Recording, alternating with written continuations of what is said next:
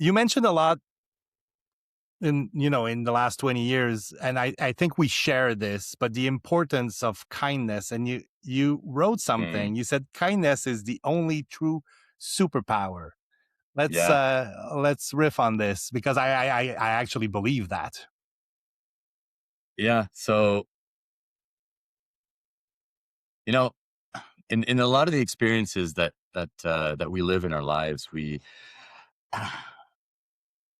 we get hit by something, and then we react to that something.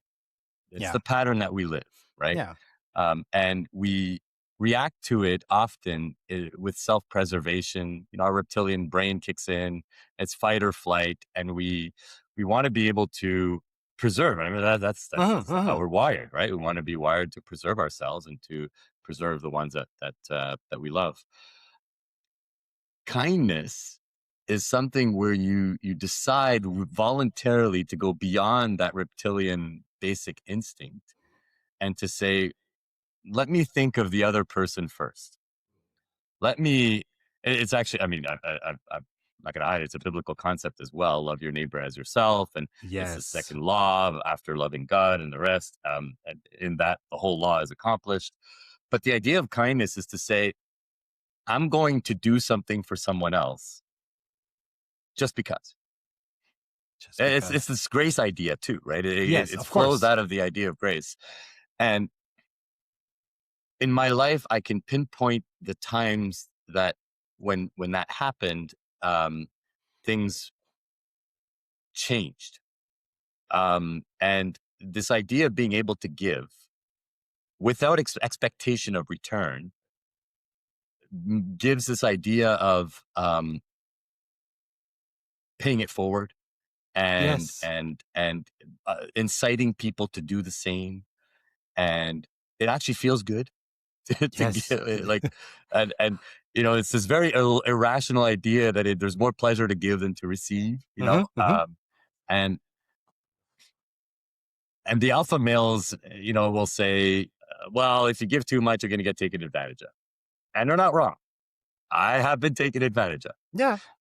And I was an entrepreneur. I started as an entrepreneur, this 28 years ago, and built businesses. And I was a naive entrepreneur when I started Hmm. way back in the day. I believed everybody was nice, everybody was good. Yeah.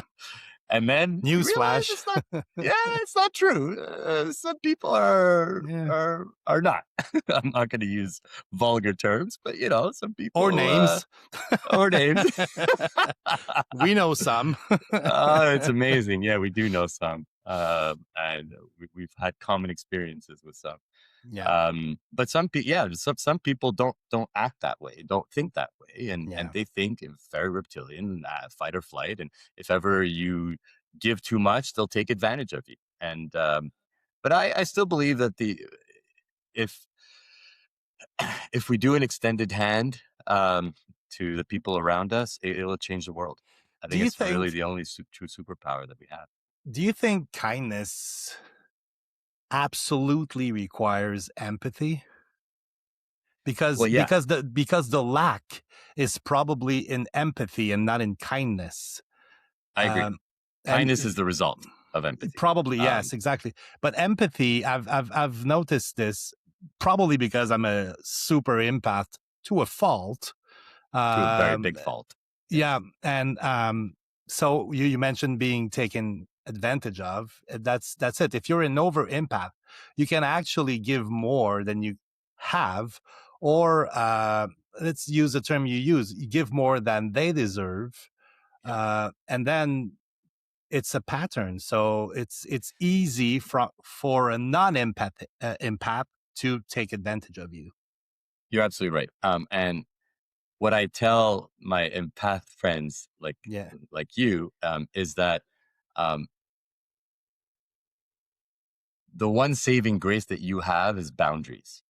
Yeah. It's the only Yes. thing. It's the only thing that's going to save you. You can't Mm. stop being an empath. It No. is who you are.